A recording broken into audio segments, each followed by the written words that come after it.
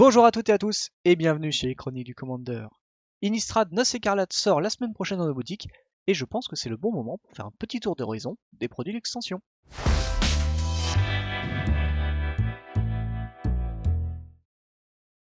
Innistrad Noces Écarlates est le second bloc du troisième volet d'Innistrad. Dans l'histoire du plan, les forces maléfiques que sont les vampires et les loups-garous ont perturbé le rituel de la fête des moissons qui tentait de restaurer l'équilibre du cycle jour-nuit. Les humains et Planeswalkers du plan ont échoué et la nuit est maintenant éternelle sur Innistrad. Raison pour laquelle toutes les illustrations du plan se passent de nuit. Olivia Voldaren va se marier avec Edgar Markov, le grand-père de Sorin, qui est le tout premier vampire d'Innistrad. En plus d'associer deux des plus vieilles familles de vampires, Olivia va pouvoir asseoir son contrôle sur tous les vampires du plan. Pour l'occasion, Wizards a ressorti ses fameuses cartes clin d'œil en rapport avec l'extension. La dernière fois que cela s'était produit, c'était pendant Ikoria avec les cartes Godzilla. Cette fois, nous aurons le thème Dracula.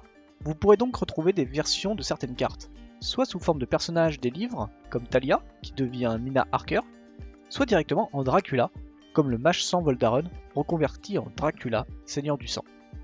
Oui, c'est un peu bizarre, mais il y aura plusieurs Dracula différents. 4 exactement. Et 17 cartes en tout sur le thème Dracula.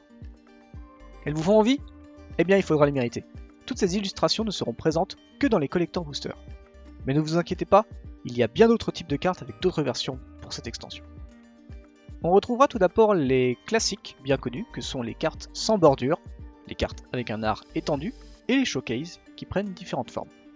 Ici on retrouvera les mêmes types que pour Innistrad Chasse de Minuit, à savoir des showcases Nuit Éternelle, seulement disponibles pour les créatures légendaires. S'ajoutent à ces trois types de cartes les cartes Dracula, dont on a parlé à l'instant, et les cartes Fang, qui rappellent un peu le design des inventions de Kaladesh, et que je trouve magnifique personnellement. Mais où allons-nous pouvoir trouver tout ça ? Eh bien sachez que les cartes sans bordure et showcase seront disponibles en normal ou en premium dans tous les types de boosters. Les versions avec art étendu ne seront disponibles en normal et premium que dans les collector boosters. Les versions Fang seront également disponibles en normal ou premium dans tous les boosters de l'extension. En résumé, vous pourrez trouver tous les types de cartes dans n'importe quel booster, à l'exception des cartes Dracula et des cartes d'art étendu qui eux ne seront disponibles que dans les collector boosters. Mais alors, que peut-on trouver dans les boosters en plus de ça ? Pour rappel, vous pourrez retrouver dans l'extension Noces Écarlates 3 types de boosters. Les boosters de draft, les boosters d'extension et les collector boosters. Chaque booster possède un contenu qui lui est propre, adapté en fonction de ce que vous voulez faire avec. Une partie de draft entre amis ? Les boosters de draft sont faits pour vous. Envie juste d'ouvrir des boosters pour avoir plus de cartes jouables dans vos decks ? Dirigez-vous vers les boosters d'extension. Envie de commencer une collection de cartes, toutes plus moches les unes que les autres ? Alors il vous faudra opter pour les collector boosters. La taille des boosters aussi est différente. Les boosters de draft contiennent eux 15 cartes, dans lesquelles vous aurez la possibilité de trouver 9 communes, une carte recto verso commune, 3 cartes peu communes, ou 2 cartes peu communes et une carte peu commune recto verso, une rare ou mythique normale ou recto verso, un terrain de base showcase Nuit Éternelle, une carte Z et un jeton. Pour les boosters d'extension, vous trouverez 3 cartes communes, 2 cartes peu communes, 2 cartes recto verso showcase commune ou peu commune, ou showcase normale, une carte rare ou mythique normale ou recto verso, 2 cartes recto verso ou à une face de tout niveau de rareté qui peuvent être soit showcase sans bordure ou provenant des packs Commander, une carte premium recto verso ou normale, une carte d'illustration, une carte de terrain de base façon showcase Nuit Éternelle, et un jeton ou une carte de la fameuse liste de Wizard regroupant des cartes bien sympas, et d'autres beaucoup moins. En tout, vous aurez dans ces boosters 13 ou 14 cartes, si vous avez la chance d'obtenir une carte de la liste au lieu d'un jeton, ce qui comme vous le voyez est légèrement inférieur au booster de draft. Enfin, pour les collector boosters, vous pourrez y retrouver 4 communes premium, 2 cartes peu communes premium, une carte rare ou mythique foil, une carte rare ou mythique premium, une carte showcase commune ou peu commune, une carte commune Dracula ou une carte showcase premium commune ou peu commune, une carte à illustration étendue rare ou mythique, un commandant à illustration étendue rare ou mythique, une carte Dracula peu commune plus une carte rare ou mythique showcase ou sans bordure, ou bien une carte commune ou peu commune showcase premium plus une carte Dracula rare ou mythique. Une carte rare ou mythique Dracula, showcase sans bordure ou à illustration étendue premium, et enfin un jeton premium. Soit en tout 16 cartes dans une boîte de 12 boosters, je le rappelle, contre 36 pour les boîtes de draft et 30 pour les boîtes d'extension. Pas de panique, pour ceux qui avaient peur d'ouvrir moins de rares dans les boîtes d'extension, je peux vous assurer que vous retrouverez autant de rares, voire même davantage que si vous achetiez une boîte de draft. Faisons maintenant un petit tour des mécaniques de l'extension. De nouvelles choses apparaissent dans Noce Écarlate et d'autres reviennent. On retrouve les mécaniques perturbation diurne, ainsi que le retour de la mécanique exploitation que l'on n'avait pas revue depuis les dragons de Tarkir. En nouvelle mécanique, Wizard nous propose la mécanique entraînement, qui est très fatiguée comme mécanique.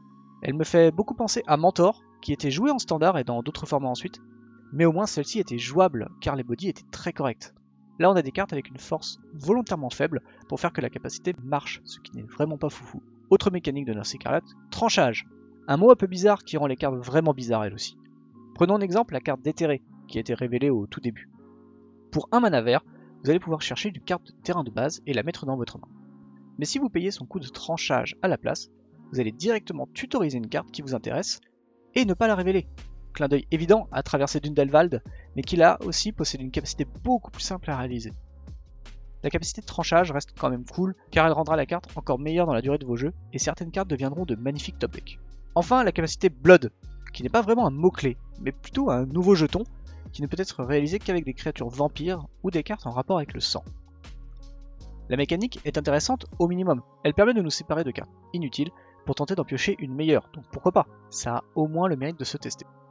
Fun fact, un petit malin sur Twitter a retrouvé une vieille carte Magic nommée Sang et Chair, qui donc est une carte que l'on peut nommer sur aiguille à sectionner, et qui rend ainsi caduque tout votre plan de jeu si vous comptiez utiliser cette nouvelle mécanique. Un génie en soi, mais Wizard a tout de suite répondu en disant que maintenant les jetons posséderaient le mot jeton dans leur titre. Nous avons donc maintenant des jetons de sang appelés jetons sang. Des jetons de jetons sang, quoi. Autre souci également, la semaine dernière ont été révélés les préconstruits Commander de Noce Écarlate, que sont le deck Esprit et le deck Vampire. D'ailleurs, si le format vous plaît, je vous encourage à nous retrouver la semaine prochaine, mardi soir à 21 h sur Twitch, pour assister à une partie de Commander où nous testerons les 4 decks préconstruits du bloc Innistrad 3ème du nom. Mais je m'égare. Revenons au souci des préconstruits, où nous avons eu une carte Vampire dont le texte disait « À chaque fois qu'une créature meurt, créez un jeton sang » ou un jeton sang si vous préférez. Et ensuite, nous avons vu la même carte en format étendu avec le texte « À chaque fois qu'une créature adverse meurt, créez un jeton sang ». Encore une erreur d'impression. Mais comment savoir laquelle est la bonne? La carte complètement pétée ou la carte nulle? Wizard a finalement tranché et a assuré que c'était bien la version étendue qui comptait et que sur les cartes physiques, nous retrouverons bien le texte « À chaque fois qu'une créature adverse meurt, créez un jeton sang ». Je vous laisse décider de comment vous trouvez la carte à présent. Voilà, je pense avoir fait le tour de l'extension. J'espère n'avoir rien oublié, si c'est le cas n'hésitez pas à me le dire en commentaire. Moi je vous retrouve la semaine prochaine pour parler des tops d'Innistrad Noce Écarlate pour le Commander duel et multijoueur, où nous commencerons à partir de lundi pour les premiers tops que seront les tops des communes et peu communes de l'extension. D'ici là, je vous souhaite à toutes et à tous une très bonne journée, et je vous dis à très bientôt chez Cornelius Commander. Bye bye!